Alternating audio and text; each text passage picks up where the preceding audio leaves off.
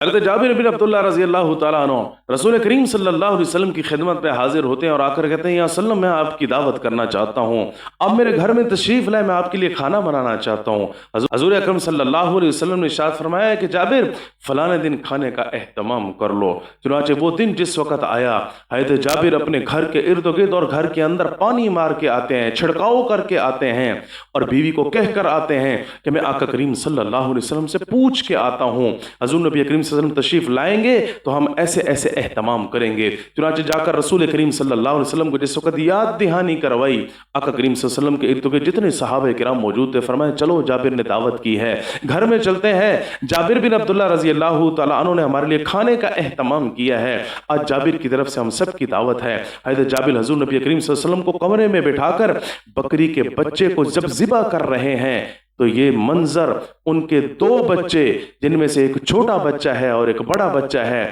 بڑا بچہ بھی دیکھ رہا ہے، چھوٹا بچہ بھی دیکھ رہا ہے، بکری کے بچے کو ذبح کیا اور ذبح کرنے کے بعد گوشت بیوی کے حوالے کیا کہ آپ اس کو پکاؤ اور کھانے کا انتظام کرو۔ تھوڑی دیر کے بعد ان کا بڑا بچہ، بڑا بھائی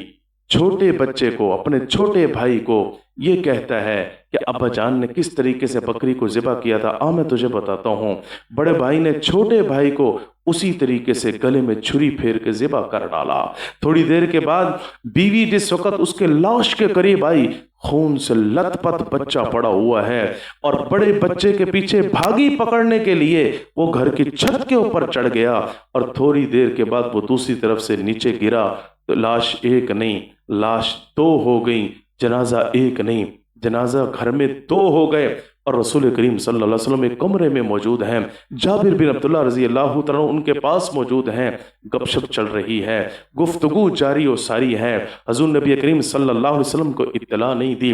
بیوی اس قدر صابرہ اور شاکرہ تھی کہ اپنے خاوند کو اطلاع نہیں دی۔ دونوں کے لاشیں اٹھائے، کمرے کے اندر رکھا اور ان کے اوپر کپڑا ڈال دیا اور اپنے آنسوؤں کو تھما کر، اپنے دل پہ پتھر رکھ کر کھانا بنانے میں مشغول اور مصروف ہو گئی۔ کھانا بنایا جا رہا ہے۔ حاضرین سوچئے تو صحیح کس طریقے سے اس ماں کی ممتا نے اپنے آپ کو کنٹرول کیا ہوگا، کس طریقے سے اپنے آپ کو اس نے قابو کیا ہوگا، اب طریقے سے انہوں نے اپنے آنکھوں کے آنسوؤں پر قابو پایا ہوگا۔ رسول کریم صلی اللہ علیہ وسلم کے لیے کھانے کا اہتمام ہوا، کھانے کا انتظام ہوا، دسترخوان سج گیا، جبریل امی کی آمد ہوئی اور حضرت جبریل امی نے رسول کریم صلی اللہ علیہ وسلم کو حکم دیا کہ حق تعالی شانہ شاہ فرماتے ہیں کہ جابر کو کہو کہ اپنے دونوں بچوں کو لے کر آئیں، آپ اس وقت تک کھانا مت شروع کیجئے گا جب تک کہ جابر کے دونوں بچے نہیں آتے۔ حضرت جابر اپنی بیوی سے پوچھنے کے لیے آتے ہیں اور وہ کہتی ہیں فی الحال وہ گھر میں موجود نہیں ہے۔ حضور نبی کریم صلی اللہ علیہ وسلم کو اطلاع دی گئی،